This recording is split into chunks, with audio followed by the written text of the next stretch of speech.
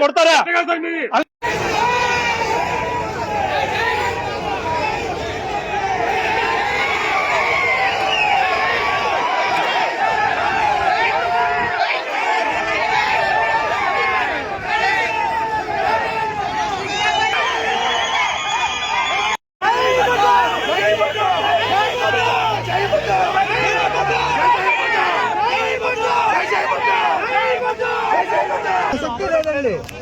మాకు న్యాయం చేయాలండి.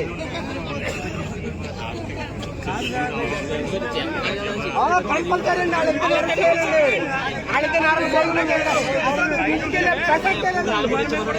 దళితుల అవకాశాలు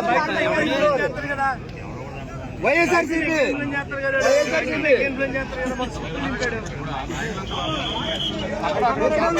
తక్షణం అరెస్ట్ చేయాలండి.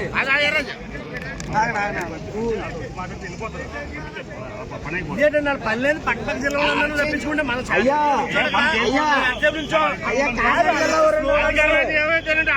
జిల్లావాళ్ళందరూ మనకి ఇమ్మీడియట్ గా మనకి ఆ ఇద్దరిని అరెస్ట్ చేయాలి.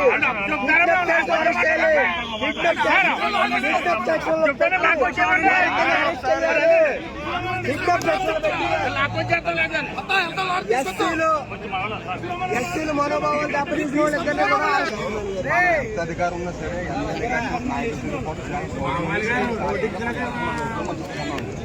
కానీ రాత్రి 2 గంటలకు అభ్యర్థిగా అన్ని భార్యలు భర్త పక్కన తీసుకెళ్ళిపోయి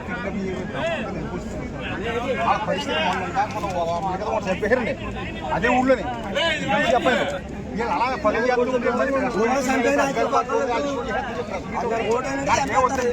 మా వాళ్ళు మా ఓడికి కిడ్నాప్ చేసి రేపు ఇంకా చేస్తారు. వాళ్ళు అరెస్ట్ చేయడం ముందే చెప్పాలి అంటే కదా ధర్మం న్యాయం కదా. ఇప్పుడేం కదా వాళ్ళు నీట్గా అరెస్ట్ చేయమని చెప్పండి, మాకు వెళ్ళిపోదాం. లేకపోతే మనం తీసుకెళ్తాం. అది అడగండి మీరు వాళ్ళు తప్పకుండా దొరకరండి.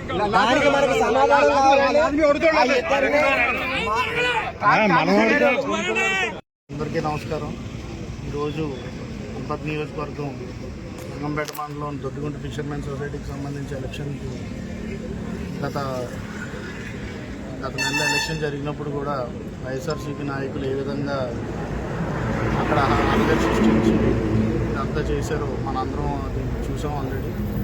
నిన్న రాత్రి అదే సొసైటీకి సంబంధించి 2 ఓటర్స్, ఒకళ్ళు ఎస్సీకి సంబంధించిన ఎస్సీ నాయకులు, ఒకళ్ళేమో బీసీకి కులానికి సంబంధించిన వాళ్ళని ఓటర్స్ని కిడ్నాప్ చేసి, ఎవరైతే కిడ్నాప్ చేశారని మేము భావిస్తున్నామో వాళ్ళు వైఎస్ఆర్సీపీ నాయకులు అవ్వడం, వాళ్ళని మేము ఆల్రెడీ పొద్దున కంప్లైంట్ ఇచ్చిన తర్వాత విచారణ కోసం వాళ్ళని స్టేషన్కి పిలిపిస్తే ఇవాళ మొత్తం తూర్పుగోదావరి జిల్లా, ఉమ్మడి తూర్పుగోదావరి జిల్లా నాయకులందరూ, వైసీపీ నాయకులందరూ వచ్చి స్టేషన్ దగ్గర ఒక మాజీ ఎమ్మెల్యే అయ్యి ఉండి జక్కంపూడి రాజా గారు ఏ విధంగా సీఐ మీద ప్రవర్తించారో మనం అందరం చూసాం.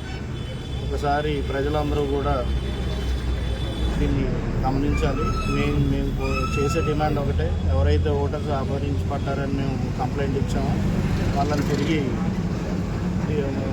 డిపార్ట్మెంట్ మాకు అప్పచెప్పాల్సిందిగా కోరుకుంటున్నాం. అదేవిధంగా మాకు డిపార్ట్మెంట్ మీద కోరుతున్నాము. అందరికీ నమస్కారం. ఈవేళ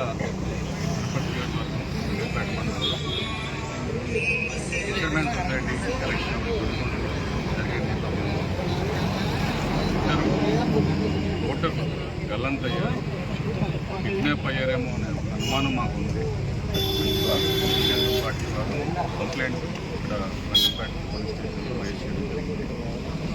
దానికి నిమిత్తం పోలీసు వారు ఎవరిపైనైతే అనుమానం ఉందో వారిని ప్రశ్నించే క్రమంలో వైఎస్ఆర్ పార్టీ వారు ఎవరైతే ఉన్నారో నాయకులు రాజమండ్రి నుంచి కానివ్వండి, పెద్దాపురం నుంచి కానివ్వండి, ఊరి నుంచి కానివ్వండి, రాజమండ్రి రూరల్ నుంచి కానివ్వండి, వెస్ట్ గోదావరి నుంచి కానివ్వండి, అనేక జిల్లా నాయకులందరూ వచ్చి పోలీస్ స్టేషన్లో ఏ విధమైనటువంటి గందరగోళ పరిస్థితి క్రియేట్ చేశారో సోషల్ మీడియాలో అందరూ కూడా వీక్షించి ఉంటారు. ప్రజాస్వామ్యాన్ని అభ్యాసం చేస్తూ చట్టాన్ని, చట్ట పద్ధతిని పూర్తిగా విఘాతం కలిగిస్తుంది. ఏ విధంగా ఒక ఎస్ఐ పైన, ఒక సిఐ పైన దౌర్జన్యం చేశారు, ఏ విధంగా దుర్భాషలాడారు, సభ్య సమాజం అంతా తలదించుకునే విధంగా ఇవాళ ఈ సంఘటన జరిగింది. ఎంత దురుసుగా ఒక ప్రతిపక్ష పార్టీ వ్యవహరించవచ్చు అనే విషయం ఇవాళ మనం గమనిస్తాం.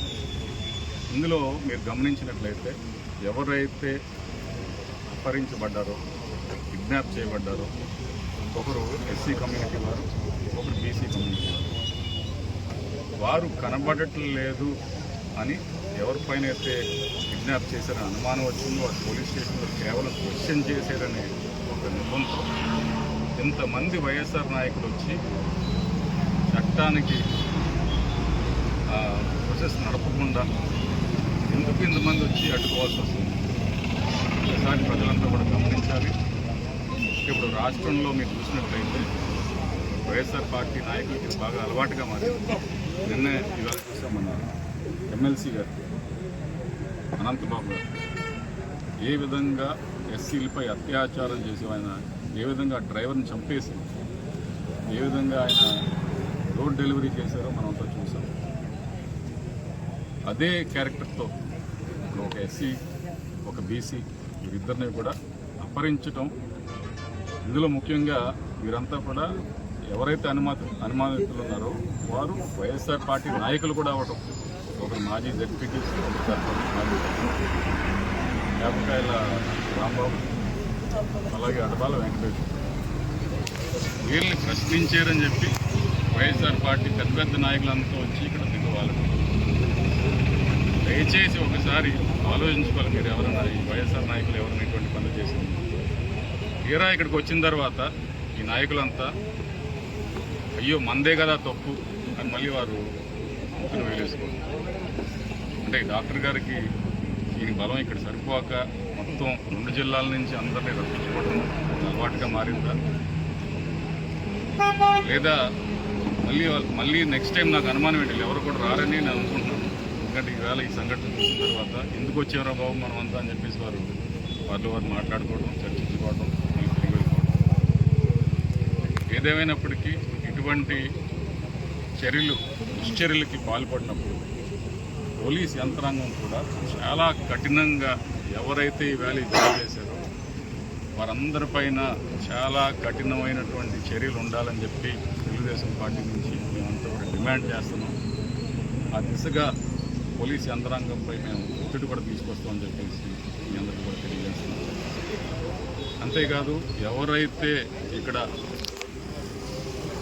అపహరించబడ్డారో వారు మాకు తిరిగి రావాలి. అదేవిధంగా ఎవరైతే అనుమానితులు ఉన్నారో, ఎవరైతే ఈ కిడ్నాపింగ్ చేశారని మేము అనుమానపడుతున్నామో వారిపైన కూడా కఠిన చర్యలు ఉండాలని చెప్పేసి డిమాండ్ చేస్తున్నాం. తెలుగుదేశం పార్టీ పోలీస్ యంత్రాంగంపై కూడా మాకు నమ్మకం